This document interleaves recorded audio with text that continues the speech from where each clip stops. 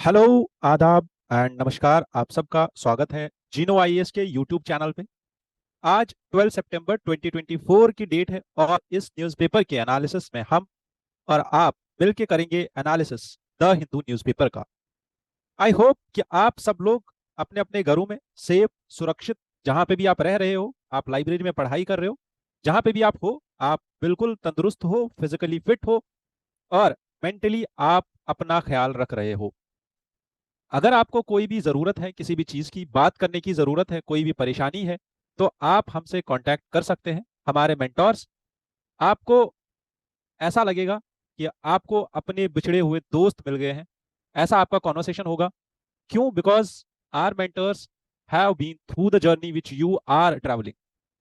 हमारे मेंटोर्स ने वो जर्नी तय की है पिछले 8 साल 10 साल से। इस एजुकेशन फील्ड में, इस यूपीएससी के स्ट्रगल में, इस यूपीएससी की कहानी में उनकी और उनके जीवन की एक बहुत ही लंबी कहानी रही है। इसीलिए मैं चाहता हूं कि हमसे आप जुड़ो।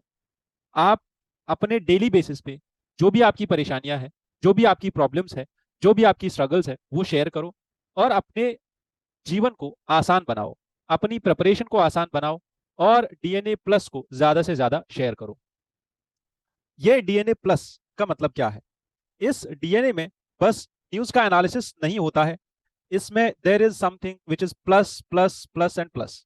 कितना प्लस लगाएंगे आप इसमें उतना ही कम होगा, क्योंकि डेली आप यूपीएससी के पीवाईक्यूज भी कर रहे हो, डेली आप आर्टिकल्स भी डिस्कस कर रहे हो, आप अपना स्टैटिक पोर्शन भी मजबूत कर रहे हो, अपना करंट अफेयर्स भी मजबूत कर रहे हो, प्रीलिम्स के लिए अलग से पॉइंटर्स बना रहे हो और मेंस के लिए अलग से आप इंट्रो, बॉडी, कंक्लूजन सब रेडी कर रहे हो। अब बस रेडी ही नहीं कर रहे हो, आप इसकी प्रैक्टिस भी कर रहे हो डेली। और आप ये भी कर रहे हो कि आप ये सीख रहे हो इस न्यूज़पेपर के एनालिसिस में कि आपको न्यूज़पेपर की एक एक लाइन को यूज कैसे करना है अपने आंसर्स में। ठीक है? तो इट्स नॉट इजी कि आपके जीएस के 4 मेन पेपर्स और आपके ऑप्शनल के 2 मेन पेपर्स, कुल मिला के 6 पेपर्स में से अगर आप कुछ भी नहीं देखो तो 20 क्वेश्चंस एवरेज में है, विच इज अराउंड 120 क्वेश्चंस, जिनका आंसर आपको मात्र 3 दिन के अंदर अंदर करना होता है। ठीक है?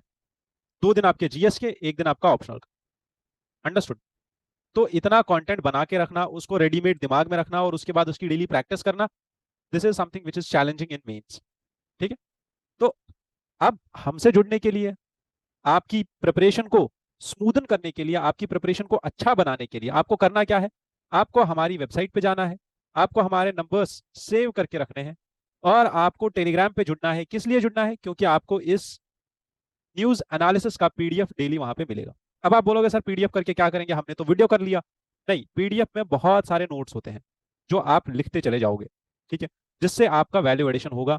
आपकी बुक्स का, जो आप पढ़ रहे हो, अगर आपने बस एनसीईआरटीज पढ़ी है, अगर आपने बस स्टैंडर्ड बुक्स पढ़ी है, इसके साथ साथ आपको अगर एमसीक्यूज की जानकारी नहीं है और आपका स्टैटिक पोर्शन कवर नहीं हुआ है, तो सारी चीजें जो इस एनालिसिस में कवर होती है वो आपकी इस पीपीटी के थ्रू रिवाइज होती जाएंगी। अगर आप इसको अपने लैपटॉप में बस सेव करके रखोगे, अपने फोन में सेव करके रखोगे और वीक एंड पे, संडे के दिन आप बैठ के ये 7 दिन का पीपीटी रिवाइज कर लोगे, तो आपके लिए बहुत बहुत बहुत फायदेमंद होगा। ठीक है? इसी के साथ शुरू करते हैं आज का न्यूज़पेपर एनालिसिस। बहुत ही जोश के साथ, आपका जोश चाहिए, बिकॉज सक्सेस, सक्सेस जिसके पीछे पूरी दुनिया पीछे है ना, जिसके पीछे पूरी दुनिया पड़ी हुई है, सक्सेस के पीछे पूरी दुनिया लगी हुई है, ये आपके दिन के हर एक एक्शन में छुपी होती है। आप दिन में कितने मिनट वेस्ट करते हो अपने फोन में, आप दिन में कितना टाइम वेस्ट करते हो दोस्तों से बात करने में, फजूल बातें जिसको हम बोलते हैं बहस करने में, यूजलेस आर्ग्यूमेंट्स में, आप अपने दिन की रूटीन को कितना डिसिप्लिन बनाते हो, that is where success lies. Only the people जिनके पास डिसिप्लिन है, वही लोग कामयाब है इस दुनिया में। जिनके पास डिसिप्लिन नहीं है वो लोग स्लेव्स हैं। जो डिसिप्लिन में रहते हैं वही अपनी जीवन को अपने अकॉर्डिंग चलते हैं, क्योंकि उन्होंने खुद वो डिसिप्लिन बनाया होता है। जब हम बोलते हैं ना कि हमने कॉन्स्टिट्यूशन खुद बनाया है और हम कॉन्स्टिट्यूशन के अकॉर्डिंग चलेंगे, इसका मतलब क्या है? कि हम अपनी मर्जी के अकॉर्डिंग चल रहे हैं। वैसे ही आप अपनी डेली रूटीन खुद बनाते हो और अपना कॉन्स्टिट्यूशन खुद बनाते हो और उसी के अकॉर्डिंग चलते हो, तो आपसे ज्यादा फ्रीडम किसी के पास नहीं है। बट जो इंसान अपनी मर्जी का मालिक हो, ठीक है, जिसको हम बोलते हैं ना अपनी मर्जी का मालिक, ये बहुत ही एक मिसनॉमर है। मर्जी किया चल गया और वॉक पे निकल लिया, मर्जी किया गया बाहर कुछ भी रास्ते पे मिल गया खा लिया, मर्जी किया सो गया, कभी दिन में सोया कभी रात में सोया, कभी रात रात भर उल्लू की तरह जग रहे हैं, कभी रात रात भर ऐसे ही फोन पे बात कर रहे हैं। तो अगर ये सब चीजें करते जाएंगे तो हम स्लेव है, एक्चुअल में हम स्लेव है। क्यों स्लेव है? Because we are following our animal self, जो हमारे अंदर एनिमल टेंडेंसी है उसको फॉलो कर रहे हैं। तो वो फॉलो ना करके आप अपना कॉन्स्टिट्यूशन, आप अपनी डेली रूटीन खुद डिसाइड कीजिए और अपनी मर्जी के एक्चुअल मालिक बनिए। ठीक है, आप अपने उस बेवकूफ सबकॉन्शियस और अपने चंचल मन के आप गुलाम ना रहिए। आप अपने एक्चुअल कॉन्शियस माइंड के अकॉर्डिंग डेली रूटीन सेट कीजिए और डेली रूटीन सेट करने के बाद ही आपको सक्सेस अचीव होगी। Remember it. ठीक है, तो इसी एंथुजियाज्म के साथ हम चलते हैं और इसी एंथुजियाज्म के साथ हम अपना आज का न्यूज़पेपर का एक बेसिक अंडरस्टैंडिंग समझते हैं कि आज के न्यूज़पेपर में कौन कौन सा एडिटोरियल, कौन कौन सा न्यूज आर्टिकल इंपॉर्टेंट था। आज जो मैंने बोला 12 सितंबर 2024, सबसे पहला न्यूज पहले न्यूज़पेपर के हेडलाइन में था कि सरकार ने 70 साल से अधिक जितने भी लोग हैं उनके लिए 5 लाख रुपए का हेल्थ कवर यूनिवर्सल कर दिया। ठीक है, तो यूनिवर्सल हेल्थ कवरेज हमारे लिए कितना इंपॉर्टेंट है, अभी तक इंडिया में यूनिवर्सल हेल्थ कवरेज हो गया है या नहीं हुआ है, वो देखेंगे इस आर्टिकल के बाद। पब्लिक अकाउंट्स कमेटी, इसकी बेसिस, इसका ओरिजिन हमने एक बार डिस्कस किया हुआ है, बट आज इस पे एक कॉलम आया हुआ है। ठीक है, तो वो कॉलम पढ़ेंगे कि पब्लिक अकाउंट्स कमेटी के बारे में वो कॉलम में क्या लिखा गया है। इंडिया के नेबरहुड में बहुत बड़ी क्राइसिस चल रही है, इसके बारे में मैं करंट अफेयर्स की क्लासेस में डिस्कस कर ही रहा हूं। आज इसी पे एक बहुत ही इंपॉर्टेंट शख्स ने आर्टिकल लिखा हुआ है, वो आर्टिकल पढ़ेंगे, पूरे का पूरा एडिटोरियल पढ़ेंगे कि इंडिया के नेबरहुड में कितनी बड़ी क्राइसिस चल रही है और इंडिया को कैसे टैकल करना चाहिए। चाइनीज मॉडल ऑफ डिसेंट्रलाइजेशन और इंडियन मॉडल ऑफ डिसेंट्रलाइजेशन को कंपेयर करेंगे। सिकल सेल डिजीज क्या होती है, ठीक है, इसके इश्यूज क्या है, इसके चैलेंजेस क्या है और इसके सोल्यूशंस क्या है, ये जानेंगे। और एक बड़ी कंट्रोवर्सी चल रही है ब्राजील में। ठीक है, ब्राजील में एक बड़ी कंट्रोवर्सी चल रही है, किसके अगेंस्ट में?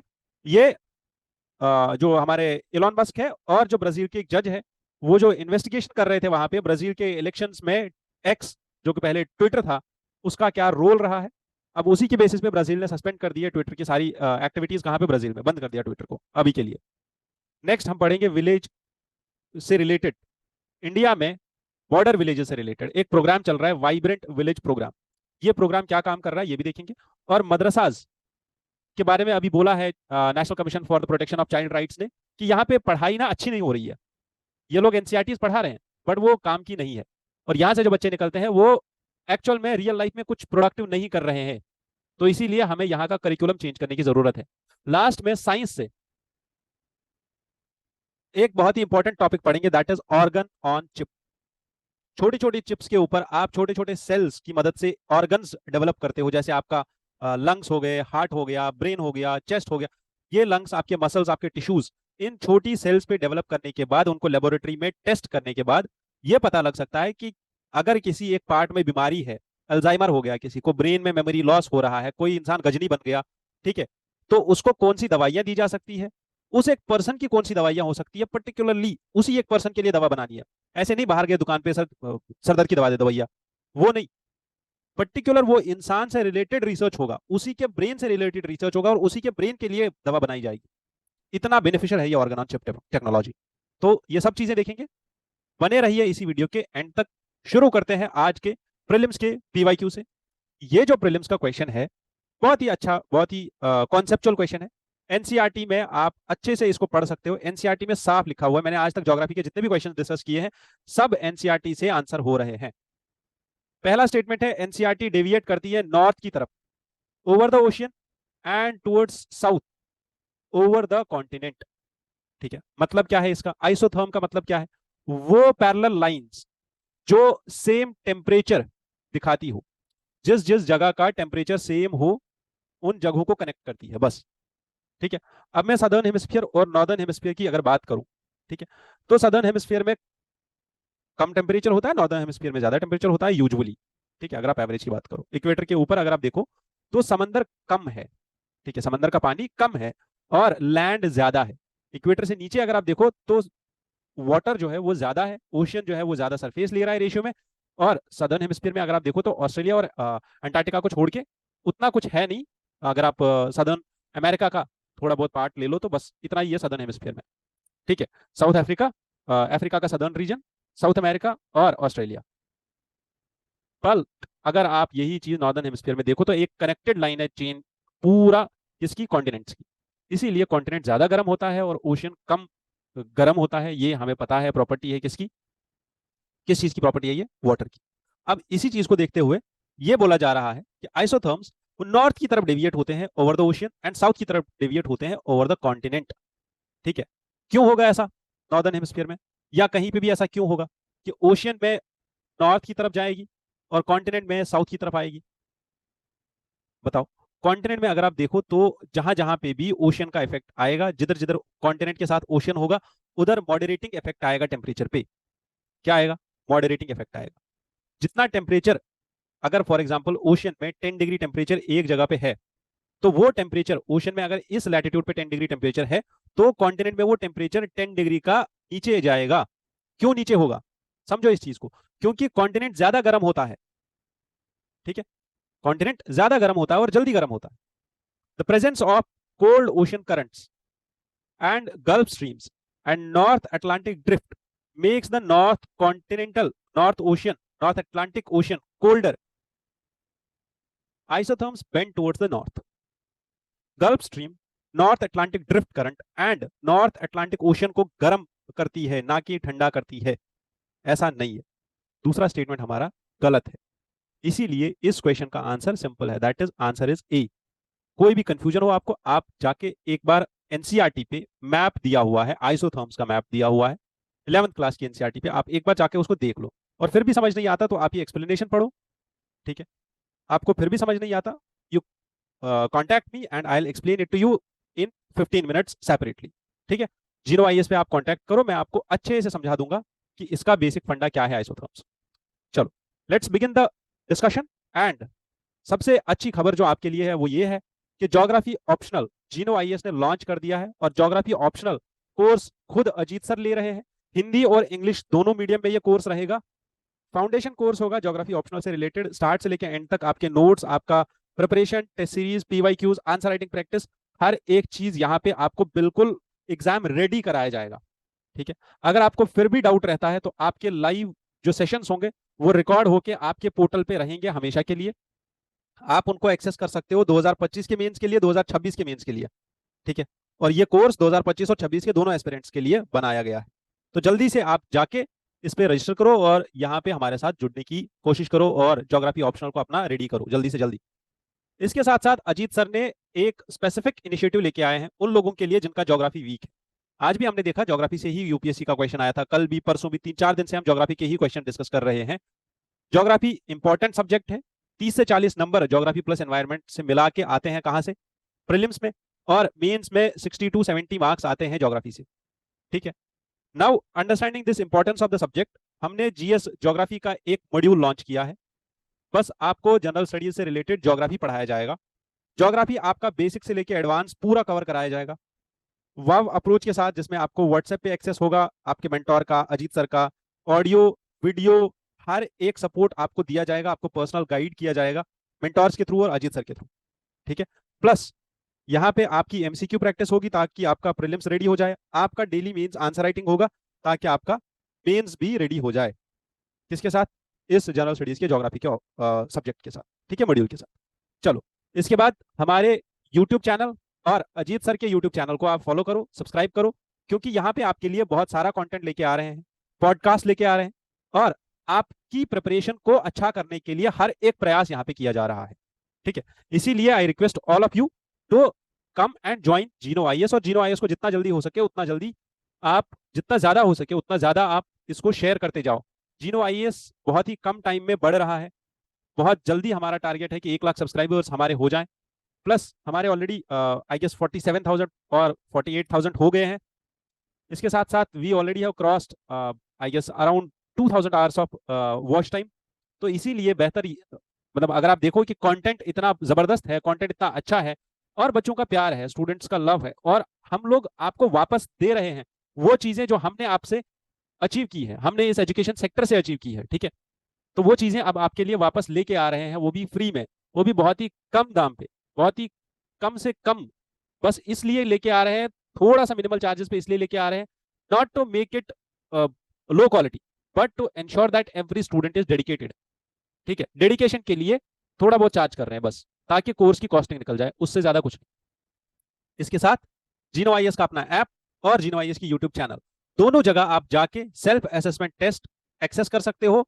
डेली आपके लिए 10 क्वेश्चंस आते हैं हमारे यूट्यूब कम्युनिटी पोस्ट पे, ये भी आप एक्सेस कर लो, और यहां से आपकी 10 क्वेश्चंस की एमसीक्यूज की एक्सप्लेनेशन और आंसर्स डेली आप पढ़ सकते हैं। Let's begin with the UPSC this today's discussion. And सबसे पहला जो न्यूज आर्टिकल आया है, आज के इस न्यूज आर्टिकल में एक बहुत ही महत्वपूर्ण डिस्कशन हो रहा है, वो है यूनिवर्सल हेल्थ कवरेज का। ठीक है, ये जो न्यूज आर्टिकल है ये बस ये बोल रहा है कि कैबिनेट ने अप्रूव कर दिया, जो 70 साल से ऊपर के लोग हैं उनके लिए अप्रूव कर दिया है क्या, कि उनको 5 लाख रुपए का इंश्योरेंस मिलेगा। अब भैया ये तो पहले ही मिल रहा था, ये तो सबको मिल रहा था, है ना। ये वाला जो इंश्योरेंस है प्रधानमंत्री आयुष्मान भारत योजना में, बाकी लोगों को भी मिल रहा था। 5 लाख रुपए हमने एक फैमिली को दे दिए। ठीक है, 5 लाख रुपए का इंश्योरेंस कार्ड हर एक फैमिली के पास है। बट नाउ ये जो 5 लाख रुपए है ये उन लोगों के लिए सेपरेटली है जो 70 साल से ऊपर के हैं, इनके लिए एक अलग कार्ड बनेगा और इनके लिए अलग स्कीम आई है ये। ठीक है, एक्चुअल में क्या बात है, दो स्कीम्स आ गई अब। एक तो हमारे पास था आयुष्मान भारत प्रधानमंत्री जन आरोग्य बीमा योजना। ठीक है, और इसके एग्जिस्टिंग बेनिफिशियरीज मतलब जिनके पास अभी ये कार्ड है, जो फैमिलीज, अगर आप लो इनकम फैमिली हो और आपने ये कार्ड बनवाया है, तो आपके पास इस कार्ड के अंदर 5 फैमिली मेंबर्स के लिए 5 लाख रुपए ईयरली इंश्योरेंस मिलता है। ठीक है, बट अगर ये 5 लाख रुपए अगर आपकी फैमिली में एक सीनियर सिटीजन है, ठीक है, तो उनके खर्चे में तो उससे ज्यादा लग जाता है।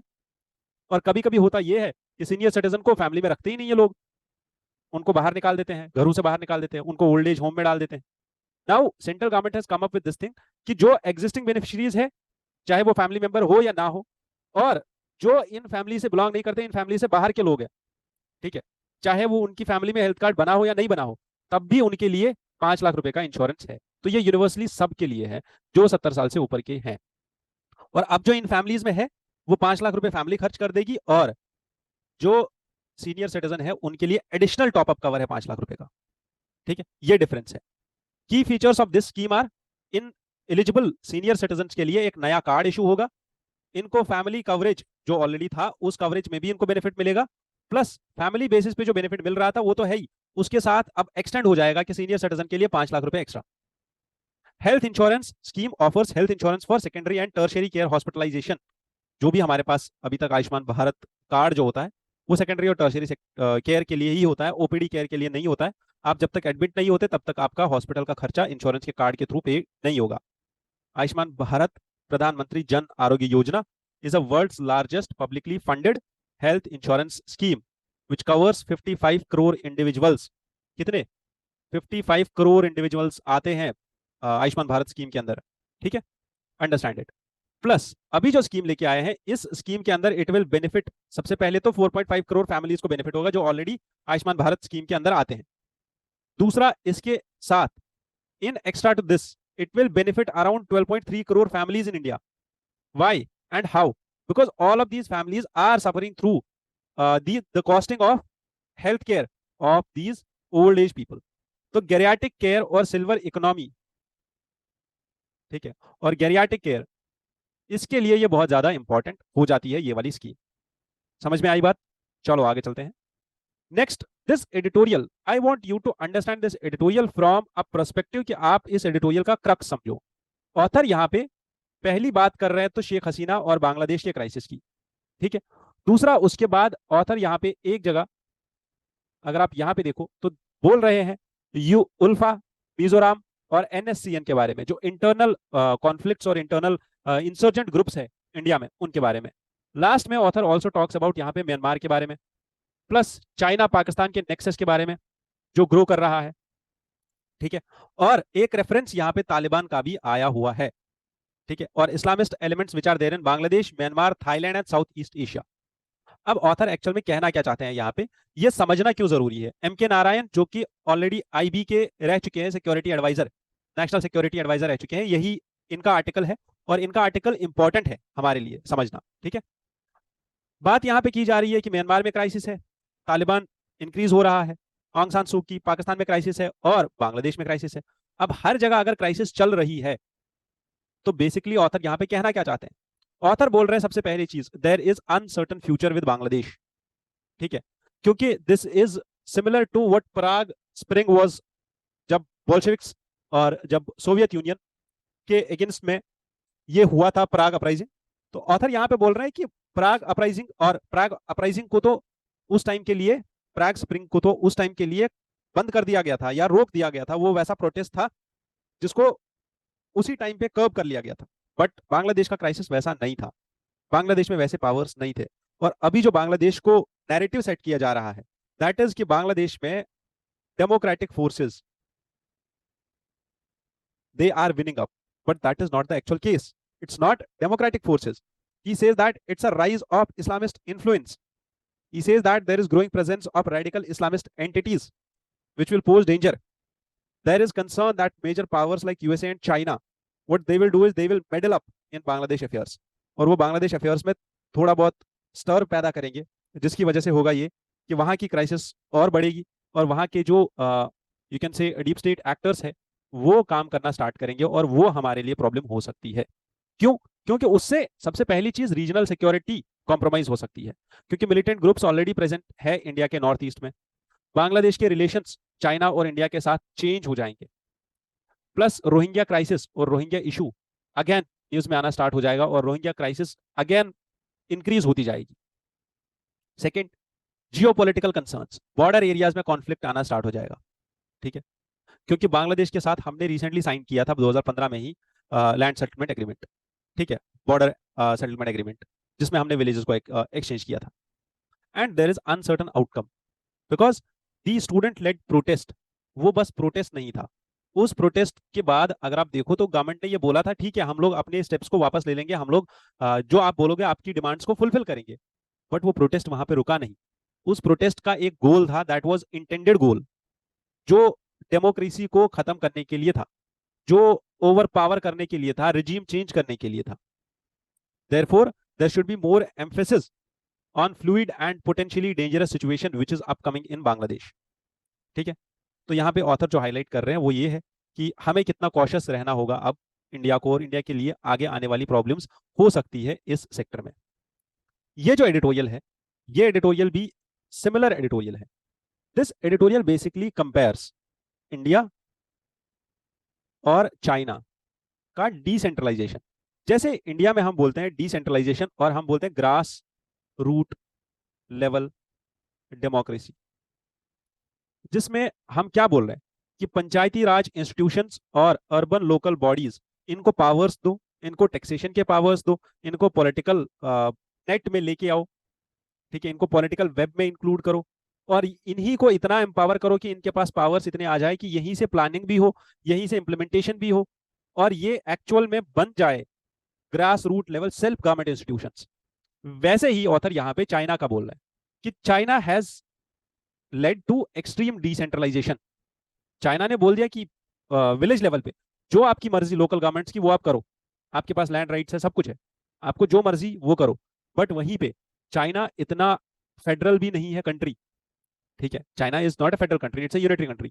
वैसे ही चाइना जो है ये इतना ज्यादा फेडरल कंट्री नहीं बन गया इस डिसेंट्रलाइजेशन की वजह से, बिकॉज जो ही चाइना को ऐसा लगता है, सेंट्रल गवर्नमेंट को चाइना में ऐसा लगता है कि कहीं पे कोई स्टेट अपने पावर्स को एक्सेस में लेके जाता है तो वो तुरंत उसके पावर्स को कर्व कर लेते हैं। ऑथर्स प्रणय कोत्साने और मनोज केवल रमानी, ये दोनों यहाँ पे कुछ पर्टिकुलर केस स्टडी को हाईलाइट कर रहे हैं, ठीक है। ये केस स्टडी है चाइना पार्टी में, चाइना में अभी हुआ क्या था, local governments which attracted investors and tried to attract land rights with attractive land rights, the investment led model is structurally prone to over capacity। क्योंकि विलेजेस ने क्या स्टार्ट किया या लोकल लेवल गवर्नमेंट्स ने क्या स्टार्ट किया कि उन्होंने बोला कि हम जो इन्वेस्टर्स आ रहे हैं उनको लैंड राइट्स देना स्टार्ट कर दिया और वो लोग आ गए, टैक्स शेयरिंग रिफॉर्म्स लेके आ गए और बाकी सारी चीजें लेके आ गए। बट जितना वो ज्यादा अट्रैक्ट करेंगे इन्वेस्टर्स को उतना ही ज्यादा वो इस टेंडेंसी में फंस जाएंगे कि उनके यहाँ उतनी कैपेसिटी ही नहीं है इन्वेस्टर्स को लाने की, ठीक है। पहली चीज तो यहाँ पे ये हाईलाइट हो रही है। दूसरा यहाँ पे कुछ और इश्यूज हाईलाइट हो रहे हैं, जैसे चाइना में अगर आप देखो फिजिकल डिसेंट्रलाइजेशन, पॉलिटिकल सेंट्रलाइजेशन है। Politically China is centralised, environmentally China is decentralised. Political decisions तो सारे यूनिटरी लेवल पे लिए जाते हैं, ठीक है। बस यहाँ पे ये रहना लेना बाकी रह गया है कि बालों का कट कैसा हो, खाने में क्या खाओगे, वो वाले डिसीजंस जो है, और फिजिकल डिसीजंस जो है वो डिसेंट्रलाइज करती है। जैसे लोकल लेवल पे आप टैक्सेशन कैसे करोगे, कितना चार्ज करोगे, कौन सा टैक्स कहाँ से इंक्रीज जनरेट करोगे, वो सारी चीजें तो लोकल लेवल पे हो जाती है। लोकल गवर्नमेंट को बोला तुम्हारा हेडेक है, तुम पैसे कहाँ से लेके आओगे, लेके आओ पैसे अपने, वो खुद लेके आ रहे हैं। एनवायरमेंट को प्रोटेक्ट करने की जिम्मेदारी खुद करो, हमारी हेडेक नहीं है ये। बट वहीं पे पॉलिटिकल डिसेंट्रलाइज, पॉलिटिकल लेवल पे अगर आप बात करो तो political incentives like attracting investment by land, ये पॉलिटिकली सेंट्रलाइज्ड है। अब इसकी वजह से हो क्या रहा है, देखो, एनवायरमेंट कहीं ना कहीं लैंड पे डिपेंडेंट है, फाइनेंसेस कहीं ना कहीं लैंड पे डिपेंडेंट है, ठीक है। वहीं पे पॉलिटिकल इंसेंटिव्स, एनवायरमेंटल इंसेंटिव्स और इकोनॉमिक इंसेंटिव्स, तीनों लैंड रिसोर्स की मिस एलोकेशन की वजह से हैम्पर हो रहे हैं। अब इन सब चीजों को अगर आप क्यूमुलेटिवली देखो तो अर्बन कंस्ट्रक्शन, लैंड सप्लाई और आप इकोनॉमी ऑफ स्केल, इन सब जगहों पे कॉन्फ्लिक्ट देखने को मिलेगा। कहां पे? China. This is the main problem with Chinese decentralisation process, कि लोकल लेवल पे हर जगह पे कोई भी लॉ बनाना है, कोई भी काम करना है, किसी भी पॉलिसी को इंप्लीमेंट करना है, तो ये कॉन्फ्लिक्ट आना तय है। क्योंकि अगर आप देखो तो लैंड की वजह से ही पॉलिटिकल इंसेंटिव्स हो रहे हैं, पॉलिटिकल पॉलिसी सेंटर से आती है। अब लैंड की वजह से ही आपका पैसा भी आएगा, लैंड की वजह से ही आपका एनवायरमेंटल डिग्रेडेशन भी होगा, लैंड की वजह से ही। बट वहीं पे अगर आप लैंड के राइट्स किसी को दे दिए, फॉर एग्जांपल चाइना ने एक पॉलिसी निकाली कि ABC कंपनी है, इसको हमने एक लैंड पार्सल दे दिया, इसको लैंड राइट्स दे दिए। अब ये कंपनी है, ये गई और इन्होंने इस लैंड का सारा जो फॉरेस्ट है वो क्लियर कर दिया, फॉरेस्ट हटा दिया, लैंड डिग्रेडेशन कर दिया। बट कॉन्फ्लिक्ट किसके साथ आ गया? लोकल लेवल गवर्नमेंट के साथ, क्योंकि एनवायरमेंटल डिसेंट्रलाइजेशन है। वहीं पे लोकल लेवल गवर्नमेंट अगर इस लैंड पे टैक्स लगाना स्टार्ट कर देगी तो दोबारा से कॉन्फ्लिक्ट होगा सेंटर के साथ, कि हमने तो इसको लैंड राइट्स दे दिया और तुम टैक्स लगाना शुरू कर दिए, और टैक्स और आपस में लैंड राइट्स आपस में कॉन्फ्लिक्ट में आ जाएंगे, ठीक है। तो ये डिसेंट्रलाइजेशन यहाँ पे ऑथर डिस्कस कर रहे हैं कि यहाँ पे कॉन्ट्रास्टिंग अप्रोच है इंडिया और चाइना के डिसेंट्रलाइजेशन में। चाइना का डिसेंट्रलाइजेशन अलग है, वो एक्सट्रीम मॉडल ऑफ डिसेंट्रलाइजेशन है, बट इंडिया का डिसेंट्रलाइजेशन टोटल अलग है, ठीक है। Because if you talk about India prime minister, he encourages और our decentralisation encourage the competition and competitive federalism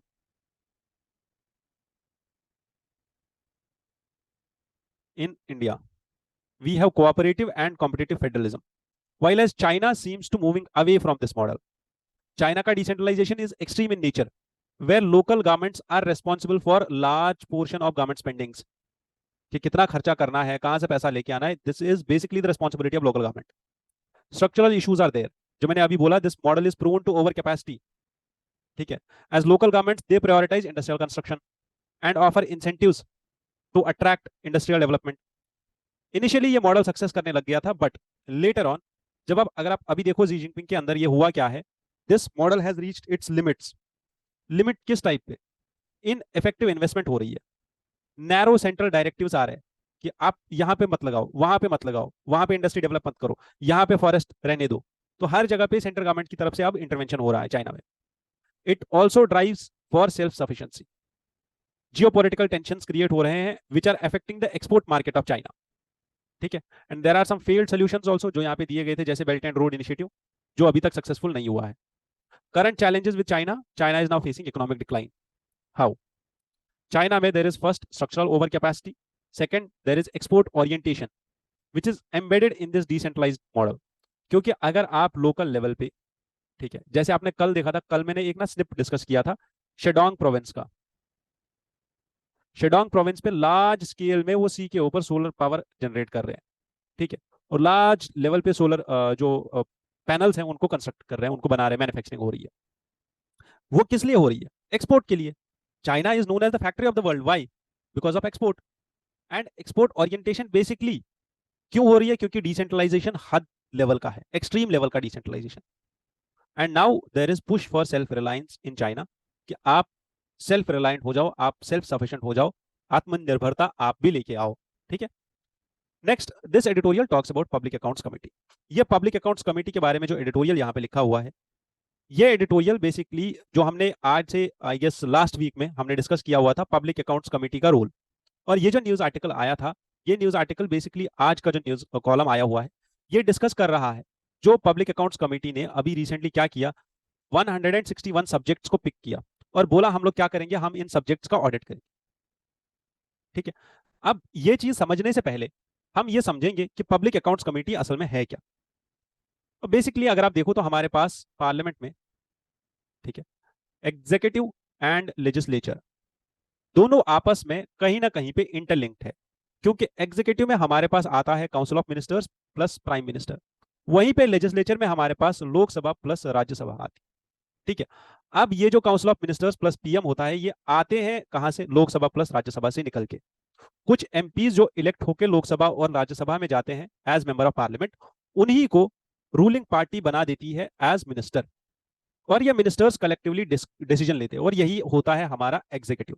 ठीक है, अब ये जो एग्जीक्यूटिव है, अगर इसने कोई डिसीजन ले लिया, फॉर एग्जाम्पल इन्होंने बोला हम एक पॉलिसी लेके आएंगे, पॉलिसी ABCD, कोई भी पॉलिसी ये लोग लेके आ गए, जैसे इन्होंने पॉलिसी लेके आए, फॉर एग्जाम्पल एक सिंपल पॉलिसी लेके चलते हैं जो हमने अभी डिस्कस की थी, प्रधानमंत्री जन आरोग्य योजना, ठीक है, आयुष्मान भारत योजना।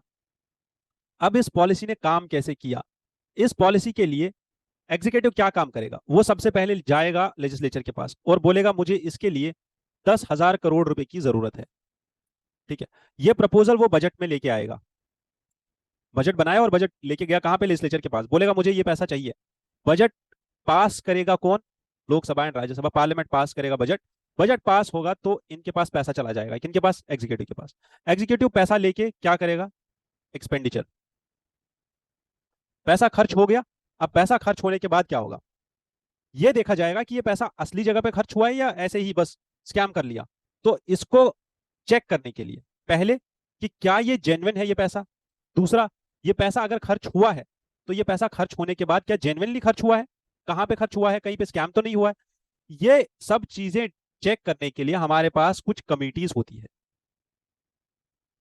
जैसे standing committees, estimates committee, public accounts committee, business committee, ठीक है, कैग का ऑफिस होता है, ठीक है, सोशल ऑडिट्स होते हैं। तो ये सब चीजें जो है ये इसीलिए हो रही है ताकि हम एग्जीक्यूटिव को रेस्पॉन्सिबल ठहराए टुवर्ड्स लेजिस्लेचर, लेजिस्लेचर जो है वो कंट्रोल करे एग्जीक्यूटिव को, इसीलिए ये सब चीजें हो रही। अब इसी के चलते यहां पे 2 से 4 प्रॉब्लम्स डिस्कस की जा रही है। एक, अडानी ग्रुप का जो हिंडनबर्ग रिपोर्ट आया था और जो वहां पे प्रॉब्लम्स हो रही है वो, दूसरा यहां पे प्रॉब्लम जो डिस्कस की जा रही है वो सेबी के चेयरपर्सन के अपॉइंटमेंट के ऊपर हो रही है, कि सेबी के चेयरपर्सन का अपॉइंटमेंट सेंट्रल गवर्नमेंट ने कर दिया, ठीक है, डिस्पाइट नोइंग कि उनका शेयर कहीं कहीं कहीं कहीं किसी ऑर्गेनाइजेशन में है, किसी फंड में उनका शेयर है जो मॉरिशस में है, और वो इनसाइडर ट्रेडिंग है या बाकी सारी चीजें हैं जितना भी है। तो सेबी के जो चेयरपर्सन है उनके ऊपर और अडानी ग्रुप के ऊपर हिंडनबर्ग रिपोर्ट में बहुत सारे एलिगेशन थे। And now public accounts committee ये सारी चीजें क्या करना चाहती है, इन्वेस्टिगेट करना चाहती है। ठीक है, पब्लिक अकाउंट्स कमेटी एक्चुअल में कुछ मेंबर्स की सिलेक्ट कमेटी होती है जिसमें पार्लियामेंट ऑफ इंडिया के मेंबर्स होते हैं, और ये रेवेन्यू और एक्सपेंडिचर को ऑडिट करती है, गवर्नमेंट के रेवेन्यू और एक्सपेंडिचर को ऑडिट करती है। This also serves as a check on the government. Its primary function is to examine the audit reports of CAG. तो क्या क्या फंक्शन है इसका, पहला, कैग का ऑडिट रिपोर्ट, इसको एग्जामाइन करना। दूसरा, once the report is laid in parliament then it goes and does it. CAG assists the committee. CAG is known as friend and philosopher of public accounts committee. जितने भी CAG के reports आएंगे वो सारे ये लोग डिस्कस करेंगे। ठीक है, यहां पे भी लिखा हुआ है इसी एडिटोरियल में कि पब्लिक अकाउंट्स कमेटी ने ये डिसाइड किया अभी 161 एक तो ये सब्जेक्ट्स उठाए कि हम इनको चेक करेंगे, which are based on the CAG report. CAG ने जो रिपोर्ट सबमिट की है किसको, प्रेसिडेंट ऑफ इंडिया को, उसके अकॉर्डिंग 161 सब्जेक्ट्स को सिलेक्ट किया गया है। 5 सब्जेक्ट्स इसने, इस कमेटी ने सुओ मोटो खुद से ही उठाए हैं। कौन कौन सा सब्जेक्ट है, banking and insurance, centrally sponsored welfare schemes जितनी भी है उनका इंप्लीमेंटेशन कैसे हो रहा है उसको भी चेक करेंगे, policy measures which are under way for the transmission of energy sector, energy sector की पॉलिसीज को चेक करेंगे, और जितनी भी रेगुलेटरी बॉडीज है जो पार्लियामेंट ने आज तक बनाई है उनके परफॉर्मेंस को चेक करेंगे, कि वो कैसे काम कर रही है, क्या वो गवर्नमेंट के फेवर में काम कर रही है या वो न्यूट्रल रह के काम कर रही है। और ये भी देखेंगे कि एयरपोर्ट्स पे और पब्लिक इंफ्रास्ट्रक्चर, चाहे वो नेशनल हाईवे हो, चाहे वो टोल काटा जा रहा हो, कहीं पे आपको टैक्स देना पड़ रहा हो, पोर्ट पे, कहीं कोर्ट में, कहीं आपको एयरपोर्ट पे टैक्स देना पड़ रहा हो, पार्किंग चार्जेस देने हो, आपको एयरपोर्ट में एंट्री लेने के लिए चार्जेस देने हो, इन सब चीजों के ऊपर, या एयरपोर्ट में जो चीजें सेल हो रही है उसके ऊपर टैक्स लगाना हो, इन सब चीजों के ऊपर जितना भी टैक्स लग रहा है, लेवी लग रहा है, फी लग रहा है, उन सब चीजों को चेक करेंगे कौन? ये पब्लिक अकाउंट्स कमेटी। तो ये सब चीजें याद रखनी है कि किस किस चीज को पब्लिक अकाउंट्स कमेटी चेक कर सकती है। ये जो 5 चीजें हैं ना, मैं बता रहा हूं, यूपीएससी अपने एमसीक्यू में डायरेक्ट ये 5 चीजें पूछेगा कि पब्लिक अकाउंट्स कमेटी के पास जो पावर्स है, क्या वो इन चीजों में से किस किस को चेक कर सकती है, बस। ठीक है, तो फिर वहां पे फंस जाओगे कि ये कहां से आ गया, यही से आता है। ठीक है, चलो, next editorial talks about sickle cell disease. ठीक है, this sickle cell disease and national sickle cell anaemia elimination और अनीमिया मुक्त भारत मिशन, जिसका गोल है कि sickle cell induced anaemia should be eliminated by 2047। दो चीजों की बात हो रही है कि सिकल सेल होती क्या है। सिकल सेल जो हमारा मिशन है, जिसको 2047 तक हमें खत्म करना है सिकल सेल को, इन दो मिशन की बात हो रही है, इन दो चीजों की बात हो रही है। ठीक है, ऑथर के आर्टिकल को समझने से पहले मैं आपको चाहता हूं कि आप ये ना, यहाँ पे एक इमेज दी हुई है, ये आप देख लो। ग्लोबल बर्डन जो सिकल सेल का है, हमारे इंडिया में राजस्थान, मध्य प्रदेश, यूपी, बिहार, झारखंड, इन सब स्टेट्स में सिकल सेल का प्रेजेंस है। अफ्रीका में बहुत सारे रीजन्स में, अरेबिया में बहुत सारे रीजन्स में। If you see all age prevalence, हर 1 लाख लोगों को, हर एक एज में, पर 1 लाख पीपल इन 2021। ठीक है, कहीं ना कहीं पे सिकल सेल का पेशेंट आपको मिलता ही है। अब ये सिकल सेल असल में आता कैसे है? ये बेसिकली पेरेंट से जाता है हेरिडिटरी के थ्रू चाइल्ड में। अगर आप देखो यहाँ पे, मेल और फीमेल दोनों, the father is a carrier of sickle cell disease and mother, the sickle cell trait, mother is a carrier of sickle cell disease. अगर दोनों को है, चिल्ड्रन एक के पास नहीं जा सकती है, 2 चिल्ड्रन के पास जा सकती है, एंड एक चिल्ड्रन जो है वो सिकल सेल एनीमिया भी फेस कर सकता है। ठीक है, this can happen, but the condition is if there is normal haemoglobin और a sickle cell based haemoglobin, what actually happens? अगर सिकल सेल किसी के ब्लड में हो गई है, व्हाट इज सिकल सेल? ये असल में डिसऑर्डर है किसका? रेड ब्लड सेल का। किसका डिसऑर्डर है? रेड ब्लड सेल का। आपकी जो रेड ब्लड सेल होती है उसका शेप ऐसा होता है, गोल। अब गोल शेप होने की वजह से जो आपकी बहुत ही नैरो पैसेज होता है, आपकी वेन्स होती है, ठीक है, जहां से ब्लड सप्लाई जाती है हर एक ऑर्गन में, वहां पे ये जो गोल होती है रेड ब्लड सेल, ये आराम से मूव कर रही होती है। बट ये गोल रेड ब्लड सेल जो है, ये अपना शेप चेंज कर देती है। ठीक है, और ये बन जाती है क्रेसेंट शेप की। इसकी शेप ऐसी हो जाती है, और ऐसी शेप होने की वजह से ये ब्लॉकेज क्रिएट कर देती है। और जो ही ये ब्लॉकेज आपकी बॉडी में, आपके वेन में आने लगता है, उसकी वजह से आपका ब्लड फ्लो रुक जाता है। ब्लड फ्लो रुकने की वजह से आपको सीरियस हेल्थ इश्यूज हो सकते हैं। ठीक है, ये लंप्स ऑफ ब्लड अगर आपके वेन्स में बनना स्टार्ट हो गया, तो आपको बहुत ही ज्यादा प्रॉब्लम्स फेस करनी पड़ेंगी आपके हेल्थ को लेके। शायद कहीं कहीं पे ये भी होता है कि हार्ट अटैक आ जाए, कहीं कहीं पे ये भी होता है कि वो ऑर्गन काम करना कम कर दे, आपका ब्रेन फंक्शन करना कम कर दे। ठीक है, तो ये सारी प्रॉब्लम्स एसोसिएटेड है किससे? सिकल सेल डिजीज से। सिकल सेल डिजीज को लेके यहाँ पे ऑथर बोल रहे हैं कि हमारे इंडिया में over a million people are affected by it, और हमारा जो मेन बेल्ट है दैट इज ट्राइबल बेल्ट, जिसमें ओडिशा, झारखंड, छत्तीसगढ़, मध्य प्रदेश, महाराष्ट्र, ये सब एरियाज आते हैं जहां पे मेनली सिकल सेल प्रोमिनेंट है। ये डिजीज जेनेटिक एबनॉर्मेलिटी की वजह से होती है, जीन्स में प्रॉब्लम होने की वजह से होती है। क्रेसेंट शेप वगैरह सब मैंने यहाँ पे आपको एक्सप्लेन कर दिया। अब प्रॉब्लम यह है, अगर किसी भी इंसान को ये सिकल सेल डिजीज लग गई, तो उस इंसान को ऐसे ट्रीट किया जाता है जैसे लेप्रोसी के पेशेंट को ट्रीट किया जाता था। ठीक है, कि उसको उठाया और बाहर फेंक दिया गांव के, उसके साथ सोशल स्टिग्मा, दूरी बनाना स्टार्ट कर दिया। ठीक है, कि हम तुम्हारे साथ बात नहीं करेंगे, छुआछूत करना स्टार्ट कर दिया उस इंसान के साथ, उसको सोशली ऑस्ट्रासाइज कर दिया। ठीक है, और इस डिजीज को बोला जाता है God's curse.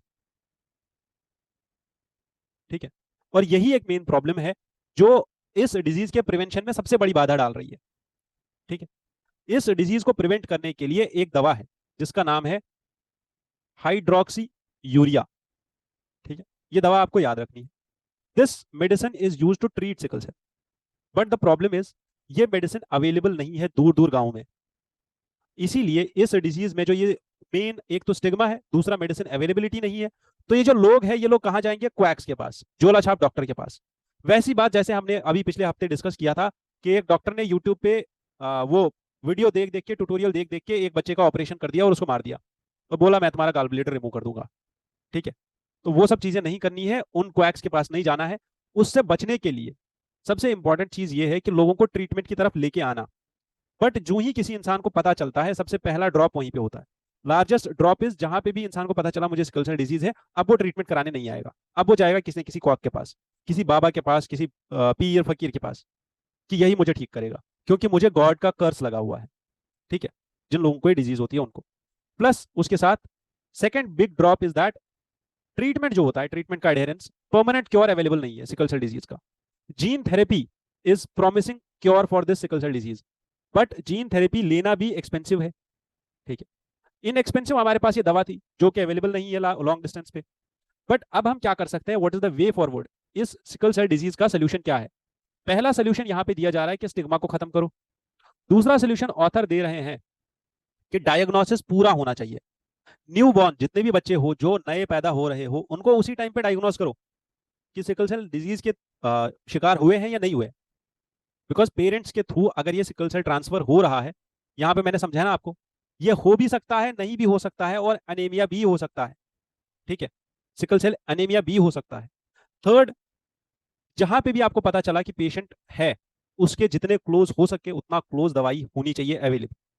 Fourth, we should also ensure that all the known patients will receive approved vaccine. Tribal areas में हमें ज्यादा ध्यान देने की जरूरत है, और लास्ट में हमें रिसर्च एंड डेवलपमेंट पे काम करने की जरूरत है। ठीक है, जिसके लिए हम फिलेंथ्रोपिस्ट, जो लोग पैसा दे सकते हैं रिसर्च एंड डेवलपमेंट के लिए, उनकी मदद ले सकते हैं, और सिविल सोसाइटी की मदद ले सकते हैं जो हमारी हेल्प करेंगे। ये एडिटोरियल एक प्राइम एग्जाम्पल है आपके मेंस के आंसर्स को लिखने का। देखो, इंट्रोडक्शन में इसने आपको मिशन बता दिया, हमारा इंडिया गवर्नमेंट का मिशन और टारगेट क्या है। नेक्स्ट इसने ये बताया कि सिकल सेल होती क्या है, कहां पे है, और इसके चैलेंजेस क्या क्या है, प्रॉब्लम्स क्या क्या है। ठीक है, लास्ट में ये बताया कि हमारे पास सोल्यूशंस क्या क्या हो सकते हैं, हमारे पास वे फॉरवर्ड क्या है। और बीच में ये भी बताया जो हमने दो सोल्यूशंस रखे हुए हैं, पहला है जो मेडिसिन है हाइड्रोक्सी यूरिया, दूसरा है टेस्टिंग, और तीसरा है अवेलेबिलिटी ऑफ मेडिसिन, इसमें क्या क्या प्रॉब्लम्स आ रही है, और लास्ट में ये भी बताया कि वे फॉरवर्ड क्या हो सकता है।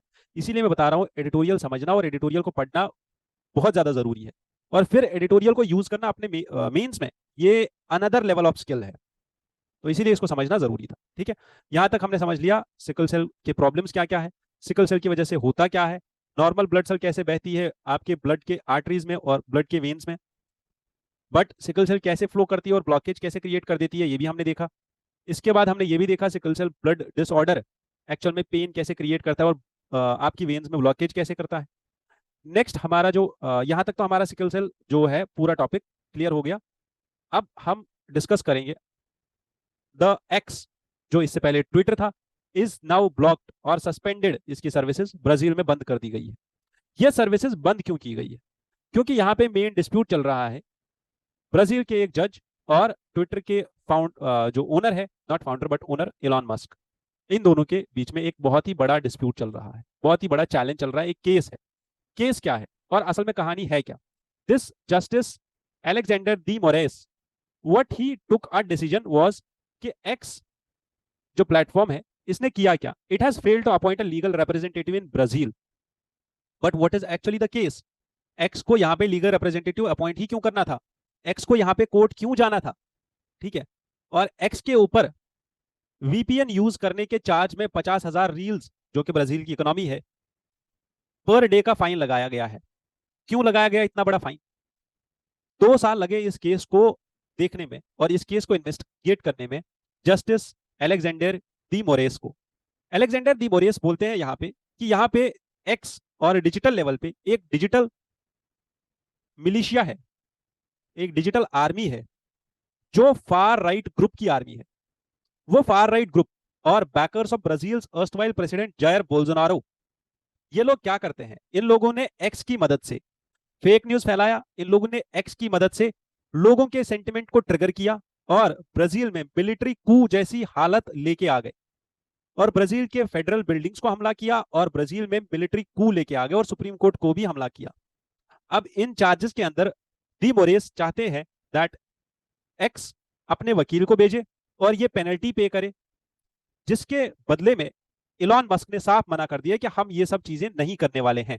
और इलॉन मस्क ने यह भी बोला, जो आप अकाउंट्स हमें दे रहे हो, जितने भी एक्स के अकाउंट्स के बारे में आप बोल रहे हो कि इनको बंद कर देना चाहिए, हम उनको बंद नहीं करेंगे, प्लस जो हमने बंद किए हुए हैं अकाउंट्स उनको हम दोबारा रीएक्टिवेट करने वाले हैं। आप करो जो आपको करना है। अब यहां पे फाइट हो रही है किसके बीच में? एक तो ये बिलियनियर टाइकून है, जो बिलियनियर है इलॉन मस्क, उनके बीच में, और दूसरा जो मेन जस्टिस जुडिशियरी और पब्लिक इंस्टीट्यूशन है उसके साथ लड़ाई चल रही है अब यहाँ पे। अब इन दोनों की जो लड़ाई है, ये लड़ाई दुनिया के किसी भी कोने में हो सकती है, क्योंकि एक्स का प्रेजेंस हर जगह है। जैसे टेलीग्राम का प्रेजेंस इंडिया में है, जैसे विकिपीडिया के साथ कल हमने केस डिस्कस किया, एएनआई का केस। तो ये जो प्रॉब्लम्स है ये हर जगह आ रही है। इसीलिए अभी जरूरत यह है कि इंटरनेशनल कोऑपरेशन हो और इंटरनेशनल कोऑपरेशन पे ये डिस्कस किया जाए कि इन सब एमएनसीज को रेगुलेट कैसे किया जाए। ठीक है, अब यहां तक समझ में आ गया। इसके बाद ये देखेंगे कि इसके इम्प्लीकेशंस क्या हो सकते हैं। ठीक है, इस केस के इम्प्लीकेशंस क्या हो सकते हैं। सबसे पहली चीज जो यहां पे डिस्कस की जा रही है that is weaponisation of social media, कि political parties, political institutions social media को ऐसे यूज कर लेते हैं जैसे वो उनका वेपन हो अपने प्रोपागेंडा को फ्लोट करने के लिए। लोगों में अपना प्रोपागेंडा इंस्टॉल करने के लिए ये सोशल मीडिया को यूज कर रहे हैं as a weapon. But here this is believed that the draconian measures were required at a time when other institutions have failed to counter the serious attack on Brazilian democracy। जो यहाँ पे main penalty लगाई जा रही है और x को suspend किया जा रहा है, ये इसीलिए किया जा रहा है बिकॉज जुडिशियरी अब अकेला ऐसा इंस्टीट्यूशन बचा था ब्राजीलियन डेमोक्रेसी को प्रिवेंट बचाने के लिए। ठीक है, तो नाउ हम आगे देखेंगे कि आगे क्या हो सकता है, इसके बाद क्या हो जाएगा। बट यहाँ पे एक मजे की बात हुई है, वो ये है कि अगर आप देखो ये कंपटीशन का मार्केट है, सोशल मीडिया जो है ना ये कंपटीशन का मार्केट, ये हाईली कॉम्पिटिटिव मार्केट है। एक्स को बैन करते ही नया प्लेटफॉर्म ब्लू स्काई, और लोग यहाँ पे तुरंत आ गए कहां पे, ब्लू स्काई ज्वाइन करने के लिए। 2.6 मिलियन न्यू यूजर्स आ गए within 5 days of X going offline. ठीक है, तो understand that it's a win win situation, lose lose situation for both of the participants. समझ में आ गया यहां तक? क्लियर कट ब्राजील में क्यों ऐसा हुआ है, एक्स को क्यों ब्लॉक किया गया, क्या कंट्रोवर्सी है, और सब चीजें समझ में आ गई। और ब्लू स्काई भी याद रखना बस। चलो आगे। This news article talks about the border area development programmes and border areas. यहाँ पे एक मेन प्रोग्राम डिस्कस किया जा रहा है जिसका नाम है वाइब्रेंट विलेज प्रोग्राम। ठीक है, ये वाइब्रेंट विलेज प्रोग्राम क्या काम करेगा? This is for the development of border villages. This is a centrally sponsored scheme. ये सेंट्रली स्पॉन्सर्ड स्कीम 2023 के बजट में आई थी। ठीक है, तो वाइब्रेंट विलेज प्रोग्राम 2023 में एज सेंट्रली स्पॉन्सर्ड स्कीम के रूप में सामने आया था। ये प्रोग्राम का मेन एम क्या है और ये क्यों बनाया गया था ये प्रोग्राम? क्योंकि इस प्रोग्राम को 2967 विलेजेस को, जो 46 ब्लॉक्स के अंदर आते हैं, और ये 46 ब्लॉक्स 19 डिस्ट्रिक्ट्स के अंदर आते हैं, जो डिस्ट्रिक्ट्स चाइना एंड नेपाल, बस ये याद रखना है, ओनली चाइना एंड नेपाल, बस ओनली चाइना एंड नेपाल, इन दो कंट्रीज को जो डिस्ट्रिक्ट्स बॉर्डर कर रहे हैं वही डिस्ट्रिक्ट्स के लिए ये प्रोग्राम आया है। ठीक है, तो इन दो कंट्रीज को जो स्टेट्स बॉर्डर कर रहे हैं वो कौन कौन सा स्टेट है? Arunachal, Himachal, Sikkim, Uttarakhand and Ladakh, not J and के नहीं है। ठीक है, और यूपी भी नहीं है। ठीक है, तो ये कुछ डिस्ट्रिक्ट्स है जिनके लिए ये बनाया गया था। अब ये क्यों बनाया गया था? ये बॉर्डर रोड्स ऑर्गेनाइजेशन का ये प्रोग्राम है जिसके अंदर बॉर्डर रोड्स ऑर्गेनाइजेशन ने 8500 किलोमीटर का रोड बनाया है, 400 परमानेंट ब्रिजेस बनाए हैं, अटल टनल, सेला टनल, शिकुन-ला टनल जो कि वर्ल्ड का हाईएस्ट टनल बनने वाला है। ठीक है, ये सब डेवलपमेंट्स इस प्रोग्राम के अंदर हो रही है। ठीक है, प्रोग्राम का नाम याद रहा, प्रोग्राम की कहानी याद रही, सेंट्रली स्पॉन्सर्ड स्कीम है, 2023 के बजट में आई थी, 22-23 के बजट में, और इसका ऑब्जेक्टिव आपने समझ लिया। ठीक है, सब चीजें क्लियर हो गई यहां तक, इसकी फंडिंग वगैरह सब हो गया, रोड कनेक्टिविटी हो गई। ठीक है, बट यहां पे एक चीज याद रखनी है that there will be no overlap with border area development programme. इस प्रोग्राम के साथ ये ओवरलैप नहीं करेगा। बट ऐसे प्रोग्राम्स की हमें जरूरत ही क्या है? ऐसे प्रोग्राम्स की जरूरत इसलिए है क्योंकि अगर आप देखो India Pakistan border, India Nepal border, India Bangladesh border, Indo Myanmar border, Indo China border, हर एक बॉर्डर में डिफरेंट डिफरेंट इश्यूज है। जैसे पाकिस्तान की तरफ से टेररिस्ट आते हैं, ड्रग्स आते हैं और फेक करेंसी आती है। नेपाल अनसेटल्ड बॉर्डर है। इंडियन फोर्सेस बहुत सारे हैं जो नेपाल के बॉर्डर को कवर करते हैं। ठीक है, कहीं पे आसाम राइफल्स है, कहीं पे बीएसएफ है, कहीं सीआरपीएफ, कहीं सशस्त्र सीमा बल है। CPEC is passing through PoK. Dam construction Brahmaputra river पे नेपाल कर रहा है, वो भी हमारे लिए प्रॉब्लम है। इंडो चाइना बॉर्डर, बहुत जगहों पे इंडो चाइना बॉर्डर भी पोरस है, यहाँ पे स्मगलिंग बहुत ज्यादा होती है, और इंडो चाइना बॉर्डर के थ्रू पाकिस्तान यहाँ पे इन्फिल्ट्रेशन भी करता है। इंडो बांग्लादेश बॉर्डर में इलीगल माइग्रेशन होती है, जो हमने देखा लास्ट टाइम एनआरसी के डिबेट में 2019 में, 20, 21, 22, तब से एनआरसी का इशू चल रहा है। पोरस बॉर्डर बांग्लादेश के साथ भी है हमारा, 2015 में ही हमने लैंड बॉर्डर एग्रीमेंट साइन किया था। स्मगलिंग बांग्लादेश से होती है। स्मगलिंग के साथ साथ यहाँ पे सबसे इंपॉर्टेंट चीज जो होता है वो है फीमेल ट्रैफिकिंग। ठीक है, जो कि बांग्लादेश में सबसे बड़ा एक स्लम एरिया है, ये रेड लाइट एरिया है। Refugees are taken by insurgents. Indo Myanmar border में अगर आप देखो, there is issue with the mandate of Assam rifles. Free movement regime है इंडो म्यांमार बॉर्डर में 16 किलोमीटर्स पे। फ्री मूवमेंट रिजीम का मतलब क्या है कि जहां पे इंडिया और म्यांमार का बॉर्डर मिलता है, यहाँ पे 16 किलोमीटर्स का एक ऐसा एरिया है where there is no passport required. ठीक है, आप फ्रीली ट्रेवल कर सकते हो म्यांमार के अंदर 16 किलोमीटर और इंडिया के अंदर, इतना बड़ा रीजन है। और यहाँ पे जो ट्राइब्स रहते हैं उनके घर बिल्कुल बॉर्डर पे है। ये हमारा बॉर्डर है और ये उनके घर है। ठीक है, बॉर्डर लाइन के ऊपर ही घर बने हुए हैं, इसीलिए वो लोग को फ्री है यहाँ पे movement regime. Plus drug smuggling यहाँ पे होती है, क्योंकि golden triangle, that is Myanmar, Thailand and this Indonesia, और I guess I don't remember, it's Laos, Thailand and Myanmar, तीन countries, Laos, Thailand and Myanmar, which are in the golden triangle. Pakistan के साथ साथ देयर इज अफगानिस्तान का border also. ठीक है, और Iran, जो हमारा गोल्डन क्रीसेंट बनाता है, क्योंकि ड्रग्स यहां से भी आते हैं। तो इंडिया के बॉर्डर को लेके हमें इतने सारे पॉइंट्स याद रखने हैं। ये एक स्लाइड में हमारे पॉइंट्स आ गए। नेक्स्ट जो हमें याद रखना है दैट इज मदरसाज। मदरसा होता क्या है एक्चुअल में? मदरसा एक रिलीजियस इंस्टीट्यूशन है। ठीक है, ये मुस्लिम कम्युनिटी एक माइनॉरिटी इंस्टीट्यूशन एस्टैब्लिश करती है। ठीक है, मुस्लिम कम्युनिटी ने जो ये माइनॉरिटी इंस्टीट्यूशन एस्टैब्लिश कर रखा होता है, ये किस लिए होता है? ये रिलीजियस इंस्ट्रक्शन के लिए होता है। ठीक है, अब ये रिलीजियस इंस्ट्रक्शन के साथ साथ नॉर्मल करिकुलम ऑफ एनसीईआरटीज भी पढ़ाते हैं कहीं कहीं पे, किसी किसी मदरसे में। कुछ मदरसा ऐसे होते हैं जहां पे ओनली रिलीजियस टीचिंग्स होती है, कुछ मदरसा ऐसे होते हैं जहां पे दोनों की टीचिंग्स होती है। बट मदरसाज का रिव्यू करने के बाद national commission for protection of child rights ने यह बोला है कि जस्ट आप कुछ एनसीईआरटीज पढ़ा रहे हो अपने करिकुलम में, इसका मतलब ये नहीं है दैट ये प्लेसेस फिट है पढ़ाई के लिए। इन्होंने सुप्रीम कोर्ट में ये चीज बोली दैट जितने भी ये मदरसाज है, they are unsuitable and unfit places for children to receive education. ठीक है, प्रॉब्लम है क्या असल में? ऐसा क्यों बोला गया है दैट टीचर क्वालिफिकेशन, करिकुलम और बाकी सारी जगहों पे madrasas they are falling short? Why? Because they are not providing quality education, and this not having a quality education और having a quality education is the basic right of a children. अब इस चीज को समझने के लिए ये भी देखना है एनसीपीसीआर के कंसर्न्स क्या है असल में। एनसीपीसीआर एक्चुअल में बोलना क्या चाहता है? सबसे पहली चीज बोल रहे हैं करिकुलम, कि इट क्लेम्स मदरसा के जो टेक्स्ट बुक्स है दे प्रमोट इस्लामिक सुपरमेसी। ठीक है, विच इज डीम्ड, एंड ये लोग जो बोल रहे हैं कि हमने एनसीईआरटीज पढ़ाना शुरू कर दिया है, ठीक है, NCERT book is deemed insufficient to provide a complete education, because just mere including NCERTs is not complete education. Teacher qualification यहाँ पे चेक नहीं होती है अच्छे से।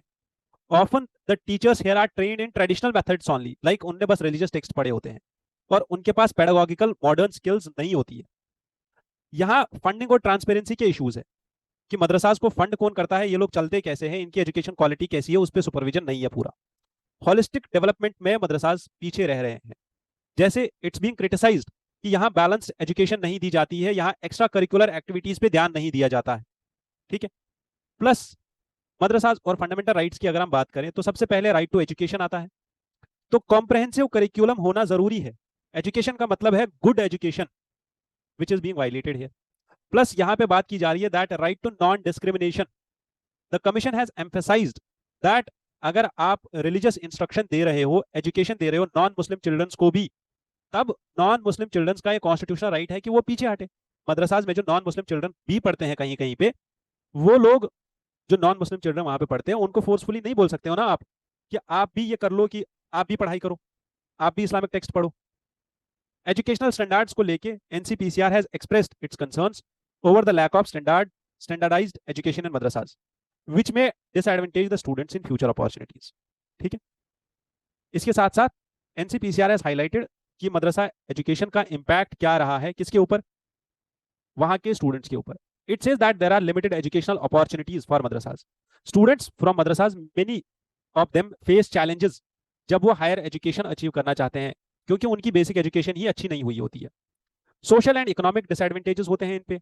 मार्जिनलाइज्ड कम्युनिटीज से ये लोग बिलोंग करते हैं, पुअर कम्युनिटी से आते हैं, और इन बच्चों में इनकम इनइक्वालिटी बहुत ज्यादा होती है।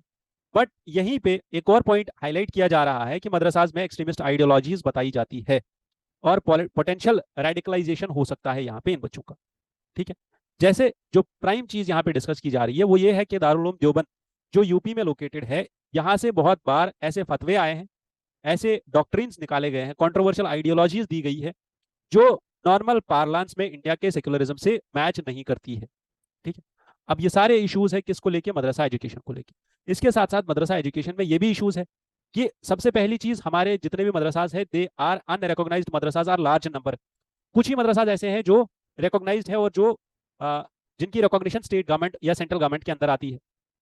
देयरफॉर वहां सर्वेलेंस नहीं है, वहां आप चेक नहीं कर रहे हो एजुकेशन क्वालिटी क्या है।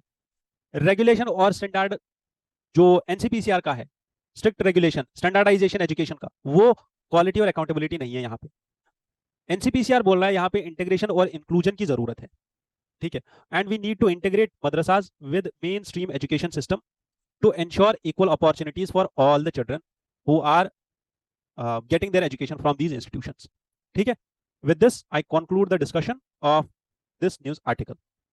नेक्स्ट हमारे पास जो ये एडिटोरियल है, ये बेसिकली साइंस सेक्शन का एडिटोरियल है, और यहाँ पे साइंस एंड टेक में एक बहुत ही इंटरेस्टिंग टॉपिक है which is organ on a chip.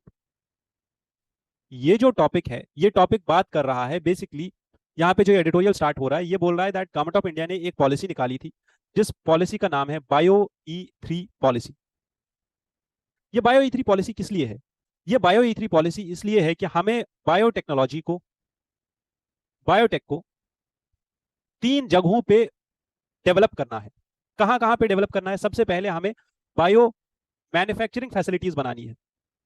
ठीक है, दूसरा हमें बायो AI हब्स बनाने हैं, और तीसरा हमें बायो आर्टिफिशियल हब्स के साथ साथ बायो फाउंड्रीज बनानी है। ठीक है, 3 चीजें, बायो E3, AI का इंटीग्रेशन करने के साथ साथ हमें मैन्युफैक्चरिंग फैसिलिटीज भी बनानी है और फाउंड्रीज बनानी है, ताकि हम जीन थेरेपी पे और सेल थेरेपी पे ज्यादा काम कर सके, बायोटेक्नोलॉजी को और आगे लेके जा सके। ठीक है, और इसी में एक नया अप्रोच लेके आए और 3D कल्चर को डेवलप करे, ह्यूमन रिलेटेड और human relevant 3D culture models. 3D culture model का क्या मतलब है कि आप ऑर्गन्स डेवलप करना स्टार्ट करते हो ऐसे। ठीक है, ऑर्गन्स बाहर डेवलप होते हैं और उसके बाद उनको वापस इंप्लांट किया जा सकता है बॉडी में। ठीक, कैसे करेंगे ये चीज कि आप 3D spheroid organoid bio printing start करो और ऑर्गन्स बनाना शुरू करो, ऑर्गन प्रिंटिंग करना शुरू करो।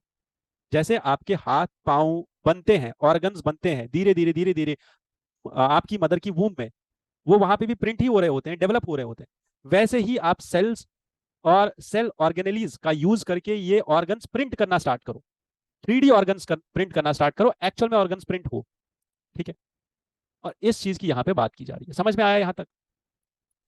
नेक्स्ट जो हमें यहां पे समझना है वो ये है organ on a chip actual में होता क्या है।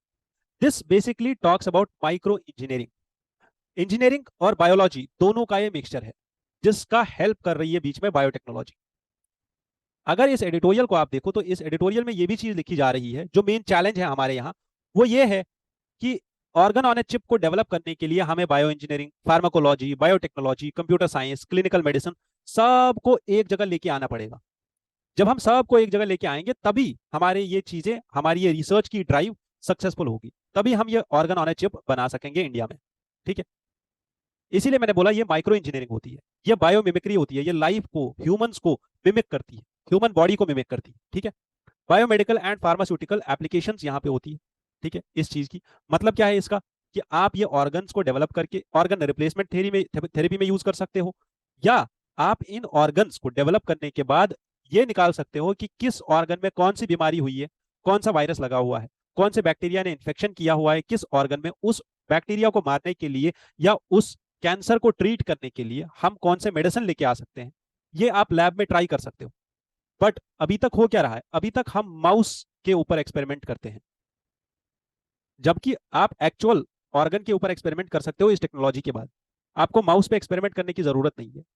और एक्सपेरिमेंट के साथ साथ आप ये भी कर सकते हो कि पर्टिकुलर टेलर्ड मेडिसिन बना सकते हो, उसी एक इंसान के लिए मेडिसिन बना सकते हो, उसी एक पर्टिकुलर कैंसर, उसी एक पर्टिकुलर वेरिएंट के लिए बना सकते हो मेडिसिन। ठीक है, तो ये सब चीजें यहाँ पे डिस्कस की जा रही है, किसको लेके, इस टेक्नोलॉजी को लेके।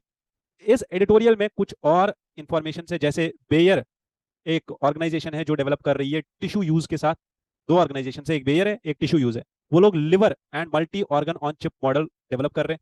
एस्ट्राजेनेका एंड जॉनसन आपस में बात करके और उन्होंने बनाया है इम्यूलेट बायो, इनके साथ उन्होंने आई गेस शायद एग्रीमेंट साइन किया है, या ये लोग चिप्स यूज कर रहे हैं जो चिप्स इम्यूलेट बायो प्रोड्यूस करती है बायोलॉजिकल रिसर्च के साथ। ये कुछ ऐसे पॉइंट्स है जो हमें याद रखने की जरूरत नहीं है, बट हाँ हमें जो याद रखना है वो है चैलेंजेस फॉर इंडिया। पहला चैलेंज क्या है, जो हमारा नया drug and clinical trials rules है 2019 के, they permit the use of human organs on chips and other NAMs prior to and in conjunction with animal testing when evaluating new drugs. कि आप जो नए ड्रग्स इवैल्यूएट करोगे, नए drugs की testing करोगे, कोई भी दवा बनाई उसको टेस्ट करना है पहले, तो आप एनिमल्स का भी यूज कर सकते हो और ऑर्गन ऑन चिप्स का भी यूज कर सकते हो। ठीक है, बट जुलाई में इसी साल CSIR ने ऐसा कुछ बोला और CDSO ने बोला, और उनने एक वर्कशॉप हैंडल किया जिसमें उन्होंने बोला that scientific and regulatory developments in the field of NAMs, और इसी चीज को प्रमोट करने के लिए उन्होंने ये वर्कशॉप हैंडल किया था। ठीक है, plus developing this organ on a chip requires all the organizations cumulatively on it. Second, the presence of centers, जो इतने सारे सेंटर्स की बात की जा रही है, और इंडस्ट्री और एकेडमिया, आप रिसर्च इंस्टीट्यूशंस और इंडस्ट्री दोनों को, जहां आप यहाँ पे देख रहे हो बेयर और tissue use organisation, AstraZeneca, Johnson and Emulate bio, ये ऑर्गेनाइजेशंस और रिसर्च एंड डेवलपमेंट के लिए जो PhD करने वाले स्कॉलर्स होते हैं, ठीक है, जो पोस्ट डॉक्टरेट कर रहे होते हैं स्कॉलर्स, उनका एक साथ आना जरूरी है। Researchers will have to contend with regulatory bodies and their requirements and navigate regulatory frameworks pertaining to the development and standardization and the qualification of organ on chip devices. इन सब चीजों को रेगुलेट करना पड़ेगा, इन पे लॉज बनाने पड़ेंगे, plus opportunities for the industry and doctoral programmes should be there. ये भी एक चैलेंज है हमारे लिए कि इंडिया में पोस्ट डॉक्टोरल और ग्रेजुएशन और पोस्ट डॉक्टरेट जो स्टूडेंट्स है इस टेक्नोलॉजी में, उनके लिए अपॉर्चुनिटीज क्रिएट करनी पड़ेगी, then only we can help this sector grow. ठीक है, अब इतना ही नहीं है कि एक ऑर्गन डेवलप कर रहे हैं एक चिप पे। ठीक है, अब आपने एक चिप पे या तो हार्ट डेवलप कर लिया, human heart, human intestines develop कर लिए, ह्यूमन लंग्स डेवलप कर लिए, ह्यूमन ब्रेन डेवलप कर लिए, this is single organ on a chip. What they are doing is, this is the next step of this technology. आप ऐसी बहुत सारी चिप्स को आपस में इंटीग्रेट कर लेते हो, और जैसे ये सारे चिप्स आपस में इंटीग्रेट हो जाएंगे, उससे क्या बनेगा, पूरे का पूरा ह्यूमन बनेगा। ठीक है, this will help us in screening diseases more personalised manner में, और पर्सनलाइज्ड मेडिसिन यहाँ पे बनाए जा सकते हैं। ठीक है, अब इसमें जो मेन पॉइंट्स है वो याद रखने हैं, टिश्यू टिश्यू इंटरफेस होता है यहाँ पे, bio mechanical motions, multi cell types, fluid exchange, permeable barriers, जितने भी होते हैं सेल्स में वो यहाँ पे देखे जाते हैं। और now the decade of innovation will be कि हम सिंगल सेल और सिंगल ऑर्गन चिप से लेके मल्टी ऑर्गन चिप और इंटीग्रेटेड ऑर्गन चिप पे कैसे जाते हैं। ठीक है, ये सारी चीजें अभी रिसर्च में ही है, थोड़ा बहुत डेवलपमेंट्स हुए हैं, लेबोरेटरीज में सिंगल सेल चिप्स आ गई है और सिंगल ऑर्गन चिप्स ऑलरेडी काम कर रहे हैं और साइंटिस्ट उन पे टेस्टिंग करते हैं, ये चीज ऑलरेडी बन चुकी है। ठीक है, with this I conclude this discussion. थोड़ा बहुत लंबा हो गया आज, बट सारे टॉपिक्स बहुत बहुत बहुत ज्यादा इंपॉर्टेंट थे। I hope you will understand and you will follow and you will share this video more and more and more and help GenoIS grow for the sake of all the community and all the society at large। क्योंकि आप सबको पता है UPSC की तैयारी जिसने भी एक साल कर ली, वो इंसान बदल जाता है, उसका दिमाग बदल जाता है, वो इंसान अलग लेवल पे सोचने लग जाता है। ठीक है, thank you once again for joining in here. जय हिंद।